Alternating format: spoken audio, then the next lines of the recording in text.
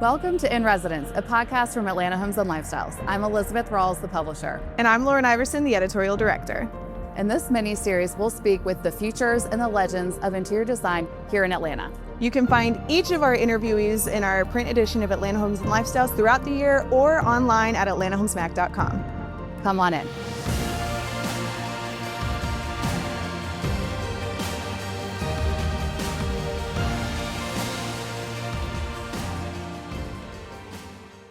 Welcome to the In Residence podcast. Today's conversation is a special one because if you've spent any time in the world of design, you've likely encountered the work, or at least the influence, of William Peace. As the founder of Peace Design, William has built a career defined by timeless interiors with an unmistakable point of view that bridges Southern tradition with the spirit of the American West. Come on in and hear his story. Bill, welcome to the In Residence podcast. I'm so excited to have you here today. How's it going? Great. Thank you for inviting me. Glad to be here, Lauren. Absolutely. Well, you've had a really big year in the last year, and we're going to get into all of the fun stuff. But good. Recently, a few months ago, I went to your ASID Storytellers event, and I feel like I learned so much about you in just the short 15 minutes that you were speaking. And you really gave glimpses into just the origin story that you have, your longevity and your journey with design. And I found all of it so fascinating just to hear kind of your beginning sparks of interiors and growing into this huge business that spans, books and fabric lines and other things. You've got houses in Montana, in Atlanta, and a million different projects going on. So I want to start kind of just back at the beginning, at the basics, and learn a little bit about your upbringing and how you first kind of had that spark of interiors in your eye and the interest there. Okay. First, I want to compliment ASID for that event that you're referring to. I thought the Storytellers event was excellent. It was so good. And the variety of people who were there had such a different story to tell, especially for younger people. And that's important to me. I love having interns in the office who are learning things from our staff and from me. I've been on the advisory board for the University of Kentucky, where I went to school for a long time. And I was there last week for a board meeting. And it was so great to be with students. So I thought that night was good because there's so many young people and students. And that's important in our industry to help bring people up. Well, it kind of humanizes you guys a little bit too, to the, students and the people that were there. Yeah. Puts you on. We all come from a different direction. Right. So I started, my career, I guess, when I was a kid, really preparing for my career. I was way into art as a kid and loved it. I had a great art teacher in high school. Also in high school, I worked for a construction company during the summers and did framing for houses. I did a variety of construction jobs. So I also took a drafting class in high school that I loved. And so there were these things that were just kind of happening that I wasn't really conscious of at the time, that were formulating where I was going and what my future would look like. Right. So I started college as a studio painting major. Oh, wow. And I decided that, in fine arts. And I decided that just really wasn't exactly where I wanted to go. And I had a mentor, a friend of mine's father, who was the head of the interior design program at Kentucky. And I had a conversation with him, and he became a true influence on me. And he said, you're a perfect candidate for what we do. You like architecture, you like art, you have an understanding of the built environment a little bit. You could do this. And I'm like, okay. So that's kind of how I went down the education path. Yeah. I continued to work in a variety of jobs and eventually was a draftsman for an architectural firm. And I really enjoyed my education at Kentucky. I had some great teachers and just people who had a lot of influence on me. And so that was a wonderful time in my life. Wow, you've lived a lot of lives. So the painter, the construction experience, the drafter, designer. I have a lot more jobs than that too. I'm sure. I was a bartender. I drove a bread truck for a while. Oh my gosh. No, I had some cool, interesting things. And, all those things, we learn from our experiences. Yeah. And so I think what helped me in my career, for one thing, was these varied experience I'd had before. Working with construction guys. It taught me how to be at a construction site. Absolutely. And learn how to deal with people that otherwise, if I'd just gone to design school, I might have shown up as one of those people that they didn't want to talk to. Oh, yeah.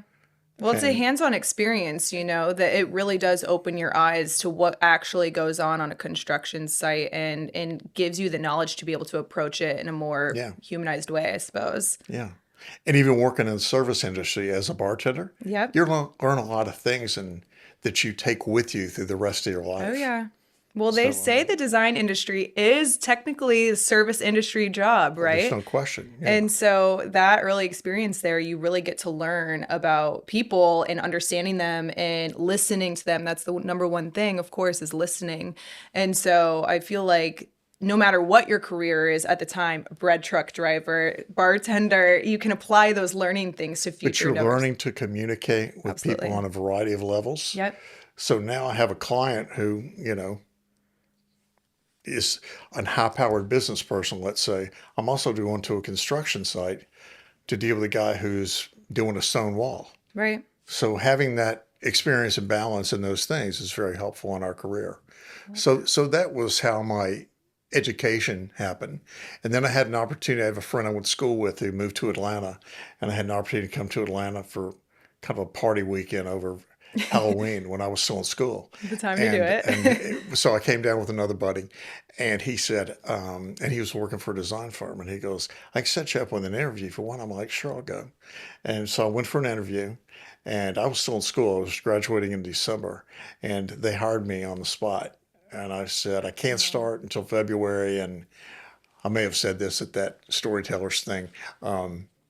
My mother owned a flower shop, and I'd promised her that I would stay through Valentine's Day to help with the flower shop. So I Yeah. said, I graduate in December, but I can't come until February. So, like the 16th of February of that year, I threw what I owned in the back of my car and drove to Atlanta and Wow. started my career.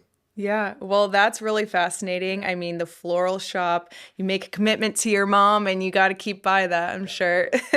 Now, as your work, has evolved, it's really fascinating to hear about these early instincts and kind of how they've influenced your path as you go. And so, talk to me a little bit about those early career moments with you when you're first kind of starting in the industry, what kinds of projects you were working on. I know that you worked on the Georgia Pacific building at some point in time, which is a very interesting tidbit, and how it's just evolved over time. So my first job was with a commercial design firm. And so I was hired to work on the Georgia Pacific building in the early 80s. Wow. Really amazing project. At the time, it was the tallest building in the Southeast, Mm-hmm. as far as office buildings go. And that was an incredible experience because I got to learn all kinds of things from the construction standpoint of a commercial building. We did the executive headquarters, which was the 51st floor. So I Oh was my working on gosh. that, a few other projects, but I was concentrating on that. So I learned a lot of things. And one of the things when I think about my career, because I was thinking about our talk today, um, I think for younger people, it's important that you explore other career opportunities in our field before you figure out what you're doing. Mm-hmm. Yeah, I'm really glad I started a commercial firm. Yeah. That was great experience for me, and I also determined that that really wasn't what I wanted to do. But if I hadn't done it, I'm not sure I would have known that. And so I'm really glad that I had that opportunity. And so I think that is an important thing that people explore what's out there. And you may start as more of a generalist, Mm-hmm. which is I did, especially even after I got into residential work, we were doing a wide variety of things. My career is narrowed down over time of what I like to do, what I think we're particularly good at. And I think those things are important. So the opportunities that come our way, we have to be open to Mm-hmm. because we don't plan all these things. I'm a Absolutely. believer in that. I could be somebody tonight that changes my life, that we have a conversation with. That's happened before. Yeah.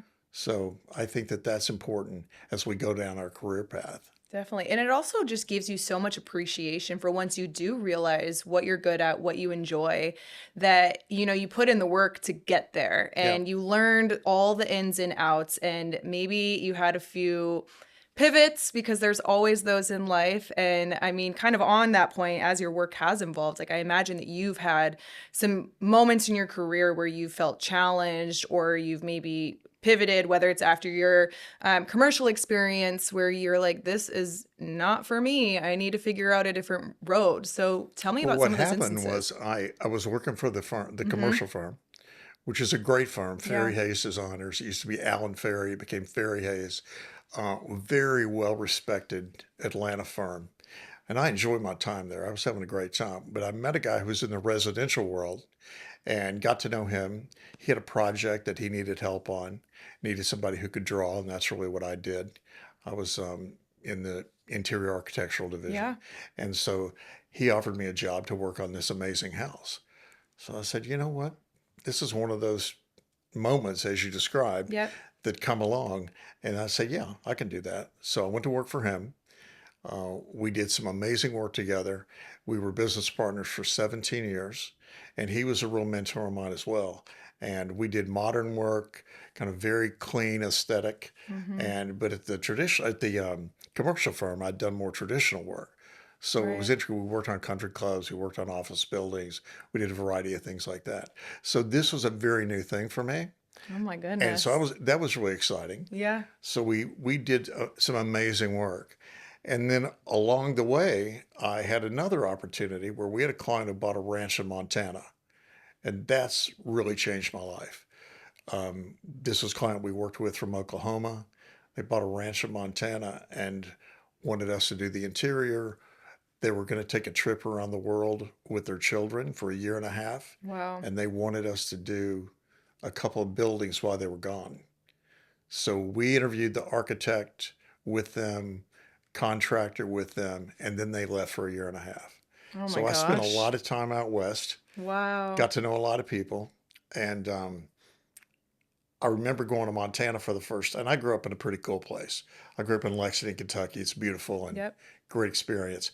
I remember going to Montana for the first time and getting off the plane and looking around and going, "This is magnificent." I'd never been to the Rocky Mountains. I'd never seen it. Like, I should have been born here. Right. And that changed my life. And getting to know that part of the world, working on that project, and then meeting such interesting people in that part of the world, I thought I need to spend more time here. And so I got another project, met more people, changed my life, and I've been working out there for 30 years. Oh my gosh, that's amazing. Well, I want to talk more about that actually because I embarrassingly have never been to Montana or the American West. And it's just seeing your passion behind it and your book that is kind of tailored around that, and just your family is all kind of drawn out to that area. Oh, yeah. Tell me more about that. What is it about that region that just pulls you in and makes you feel like you're at home there? I think there's a majestic quality about it that's different. I mean, Right. America's so big. Yeah. We're so lucky to be here Yep. because I've traveled a lot internationally. And whenever I come back, I'm like, I want to spend more time in the US and travel Yeah. and have those experiences. I mean, you go from the South, you go to the North, we have such different experience. Then you head West. As I said, I'd never been there. And it was so different from what I was used to. And I love the outdoors. So we started fishing, hiking, horseback riding, skiing. As years went on, I had kids. Started taking my sons out there. I have three boys. And so my oldest son lives in Montana now. He works for the construction company I did my first project with. Oh my gosh, what a first full circle So moment. that is one for sure. I Wow. got to be really good friends with the guy who owned the company. And when my oldest son graduated from college, he wanted to move to Montana and work for them. And so that's where he is now and having a great life. My Well, two older boys recently got married. They got married in Montana. And so it's just been a huge part of our business life, personal life. My wife and I have a home there. And we continue to do work in that part of the world. And it's not only Montana for us. I mean, I've really gotten into the aesthetic there, the what the land is like and yeah. how it informs interiors and architecture. And that's states like Wyoming, Montana, Idaho. We have projects in all those states. We have a Right. project in California right now. We had a project in Oregon. We've worked through, I'm going to Colorado in a couple of weeks for one. So that region really has brought us in. And we travel all over the country doing work, but there's something about it that I've connected with. It's materiality, it's the people who are there. I mean, I think that part of the world draws very interesting people. It The does. people who choose to live there, um, whether it be full time or part time, they're out for something unique. and they're usually outdoor people. They're fishing, they're hunting, they're hiking, they're skiing, they're living outdoors. And we have the opportunity to create a great interior for them Mm-hmm. when what they really want to do is be outside. And Absolutely. so that creates a unique opportunity for us. Yeah. Well, your interiors out there with, I mean, you'll see them in your book, Peace in the West, that they really do kind of welcome the outdoors inside. And I feel like in that region, that's really all of the clients what they would want. And so it really, you can tell that you have this sense of home there. It's clearly your whole family does. Yeah. But I want to talk a little bit more about your book because last fall, I believe, you launched your or released your book, Peace in the West. And Yeah. then you recently also launched a collection with Holland Sherry that is really this just livable rustic luxury that is so fabulous and with all of the different offerings that you have there. So talk to us about these projects Okay. because they're all kind of happening, but I Yeah, know they're all happening. they've been in the works for a long time. Yeah, they've been in the works forever. And yeah, it was time for me to do a book, and our work in the American West was a natural thing, that it just felt like it was time to do it. And we explored a variety of projects we'd done out there and thought, what are some that could be great that people would be interested in seeing? And it's all about materiality. Yeah. It's all about location of how are you informed by the land. And so we have lake houses in the West. We have mountain houses that are ski houses. We have ranch properties. We have all these things. Some of them are small cabins. Some of them are larger cabins, but they're big houses. And they're all with, as I said, really interesting people who, for some reason, they've decided they want to be in that part of the world, whether it's part-time or full-time. So that's what, enticed me to do that. And I like the idea that we explore these materials in different ways. So we're looking at rustic wood, reclaimed wood. We're looking at stone. We're looking at metals. We're looking at aged metals. We're looking at all these materials that just get better over time. They're live materials that change with time. That's Yeah. very intriguing to me. And so these houses evolve. They're better today than they were 15 years ago, and they'll be better in 20 years than they are now. And so you look at an old log cabin, it's like there's something warm and rich about There is. that you can't build brand new very well. Yeah. And so there are ways that we've worked through some of those details. And so some of them are more modern, some of them are more traditional, depending on what direction the client wants to go. And I don't really care which direction they want to go. We'll help them do it I love because it. that's our job, is Yeah. to give them this opportunity for them to have something that they have in their mind of, whether they want to be a cowboy or they're a skier or they're a hunter or a fisherman, whatever draws them to that part of the world, Yep. we'll help you do it. And that's been really fun. And I've met so many interesting people doing it. I'm sure. And I do think as designers, and I'll talk about this for a minute, I think we as designers truly have an opportunity to change people's lives. Oh, for sure. People Yeah. come to us for a reason. They are getting married, they're having kids, their kids grow up. Whatever that situation is Yeah. that happens, their life is changing in some way, and we can help guide them. Yes. And if we communicate well, as you said earlier, Yeah. communication is the key to what we really do.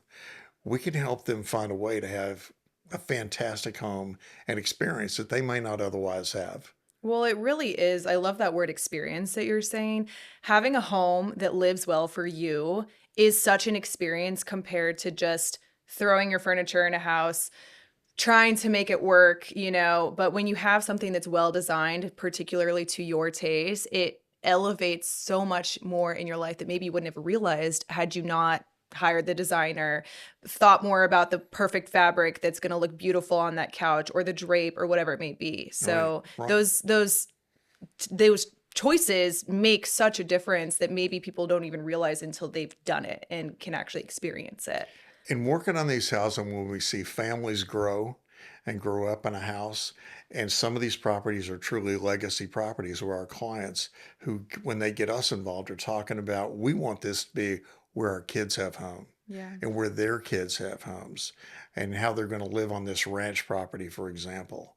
And that is really exciting to think about, is we're going to do this to where, we're working with them 2, 3, 4 years to build this project. and they're going to have it for the rest of their lives. Yeah. That's the goal of so many of these properties. Oh, yeah. So that is exciting. Well, you're the backdrop to so many family memories. You know, the work that you've done is the backdrop to all of these experiences. So that's Yeah. got to feel really Yep. special once you can finish a You know, project. we had a client recently who, and this is, you know, since the world we lived in the last few years, things have changed the way people live. You don't have to live in a big city anymore if you don't want to, Right. depending on your career path or what your situation is. So we had a client who was in Chicago. They built a ranch property for their family. Well, now they live in Montana. They Oh decided my to sell their gosh. house in Chicago, and they're there full time. So that gave them this chance to go, you know what? We've done that. Yeah. Let's do something else. And their kids now have gotten older. They're out of college. They're living their lives, but they have places on this ranch where they're going to have homes someday. And so that is a really cool thing to That's go so through and cool. see that experience happen for them That's so and look to the special. future. Yeah, definitely. I love that. Now, you have a really fabulous product line with Holland and Sherry. You've got lots of new SKUs coming out with that, wallpaper, fabric. Tell us more about this process and what it looked like Yeah, to that's been fruition. amazing. So I got to know the guys who run Holland and Sherry through Design Leadership Network, which is a group that I've been involved with for years. And we had some discussions about doing some work together, and they were very intrigued about our work in the West. And so we came up with a concept we would do a product line based on the American West. And so I took a couple of the guys to Montana, traveled with them out there, and showed them around, and they were blown away and loved it. And so we started talking about, you know, one of the things that I believe in with material choices that we make, again, we're informed by the land. Then we make these choices for architectural materials that also come to the interior. And how do we have fabrics, wall coverings, leathers, rugs, all these things, these textiles? How do they fit into this environment? And yet still work in other places in the world too. Yeah. But that's what we started talking about. So we created a product line based on that. So they have depth to them, the richness of color, there's richness of texture. And so that was how we got into the whole idea of that. And we carried it through, and we've had a great time working on it. We introduced it in Paris at Deco Off this past January. With a fabulous party, I might That add. was a fun party. Yeah, we had a great party. We also did the book introduction at the same Yep. time. So they work hand in hand with each other about our story, about what we do at the office, um, and how our entire team works on these projects. So my entire team is a big part of what Oh, we yeah. do. And we're based in Atlanta, but we work all over the country. So even though the book is about our work in the West, our crowd at the office is fantastic, and they do work all over and really understand the depth of all these materials. And, you know, if we're working on a project in Florida, let's say, we're informed by the beach, the water, what the sky is like there. You know, it's all different. You travel across the country, you see these different places. The quality of light is different. So we have these opportunities every project to say, how do we make this special for this location? And our crowd at the office is great at that. Yeah, I feel like they all are so in tune with kind of the messaging that you have throughout your book and your fabric line, of course. I feel like it's luxurious, it's rustic, but it's sexy too. And there's so many things you really don't need to go elsewhere for fabrics, wallpapers, whatever. Like you look at those and there's something that you can pull and get this cohesive storyline. And I love that about your collection. Yeah, So I hear you're having some of it potentially put in your own home we soon. are. We've got some things in the works right now. So we're working on redoing a sofa with one of our fabrics. We're going to do a rug. We're going to do a variety of other things that, I mean, I love what we did, and it works in our home here in Atlanta too. Absolutely. Well, I do want to ask about that because your home is something that I find so interesting. It is called Villa Petrol. It used to be an old gas station. Correct. Tell us a little bit about the history of your home and how you've made it kind of live for yourself while still carrying on that legacy that it has. So, as you say, it was built as a service station in 1912 in an area of Atlanta with older homes, and it was one of the first gas stations in Atlanta. Oh my gosh. And so it was turned into a residence in the 80s, and we didn't do the original design of that, but it was done by a restaurateur, And so they used it for their training kitchen for their restaurant, a variety of things, and they raised a family there. And so a couple of people owned it. And then about 20 something years ago, I had the opportunity to buy it. And we look at it as a stewardship, and we're carrying on this place forever. And so every decision we make has to do with how do we keep it up, keep it going. And we've done some renovation, but pretty minor. And so it's really a fun place to work. It's rustic in its own way. It is. It And feels so you, which yeah, as it should, of course, it's your personal home, but it's really and fascinating. it's very unique. Yep. And so I love being there. And it's in this wonderful historic area of Druid Hills. So it's a wonderful part of Atlanta. And it's a great place to entertain. It's a great place for my kids to come and hang out with their friends, which they do. And we've had some good parties there. Oh, And yeah. then it's great for Melissa and I when it's just the two of us there too. So Yeah. we really enjoy being there. Well, there's no place like home, as they say. That's right. But That's right. well, So this, we love our times in Atlanta, yeah, in Montana, yeah. and everywhere else we travel. So it's wonderful to experience these things. I love it. Your work, obviously, in the West plays such a significant role in your life, in your career, in your family. But Atlanta has been a home base for you for a long time now. And I want to learn a little bit more about that and just kind of, the success you've had here has been immeasurable. So, how has Atlanta kind of influenced your career path or just your life in general as you've gone on with all these different projects? So when I came to Atlanta, there was a time when Atlanta was going through some growth. There was interesting things happen, and I was excited by the big city, Yeah, and coming to Atlanta. as And we all are when we come, for right? sure, for sure. And it was just a really wonderful experience for me to come here and start working, meeting friends, having a family here, raising my kids here. That's been great. And I also think it's been great when I discovered Montana that I could Right. have this different world. So, for a long time, both places have really worked well for me and my family and my business. So we still go back and forth. And will we move to Montana full time at some point? Maybe. I'm not sure I would, but I still love Atlanta. You kind of get the best of both worlds in that sense, then. You It can have, is. when you need to relax and calm, you can go to Montana. And when you are ready, to touch down in Atlanta and maybe make contact with whoever you need to, clients, other design professionals you're working with, and you can have that too. So Right. having both of that has got to feel refreshing. Like you said, you can do really Well, it's anything. also just, I'm a big believer that travel Mm-hmm. also gives us more information to be better designers. And so these experiences, my wife and I drove to Montana a few years ago, Yeah. and that going across the country experience was such a great thing. I would encourage everybody to take the time to do that. It's just a wonderful thing to go across our country and really see what it's like to be in these different places. And it's been wonderful to have that opportunity for us to be out there and be here and other places in the country. Well, this has been a fantastic conversation. I want to close out by zooming out a little bit. You Okay. were just named one of our Legends of Design at Atlanta Homes and Lifestyles for your decades of just dedicated work and dynamic work. So, for those who are a little bit earlier on in their careers, hmm design, architecture, whatever it may be, what kinds of advice would you give them about carving their own path and sticking true to who they are and who they are and their passions in design? I think a lot of it is being open-minded to these things that come your way that you can't plan for, and people you meet. Relationship building is so important. Yeah. Collaboration is so important. I mean, I think that we all grow from those experiences in ways that we can't really predict. So I think it's just good to be open-minded. Travel as much as you can. Go to events, meet people, and it's amazing how one day things just happen for you. And so I think that younger designers can learn from that. And just to getting out and experiencing other people in our design world is really, really helpful as a young designer. Absolutely. Well, Bill, thank you so much for joining us today. It's been Thank so you, Lauren. inspiring to hear your story, and we are excited to see what's next with you. I've enjoyed it. Thanks. Great being with you.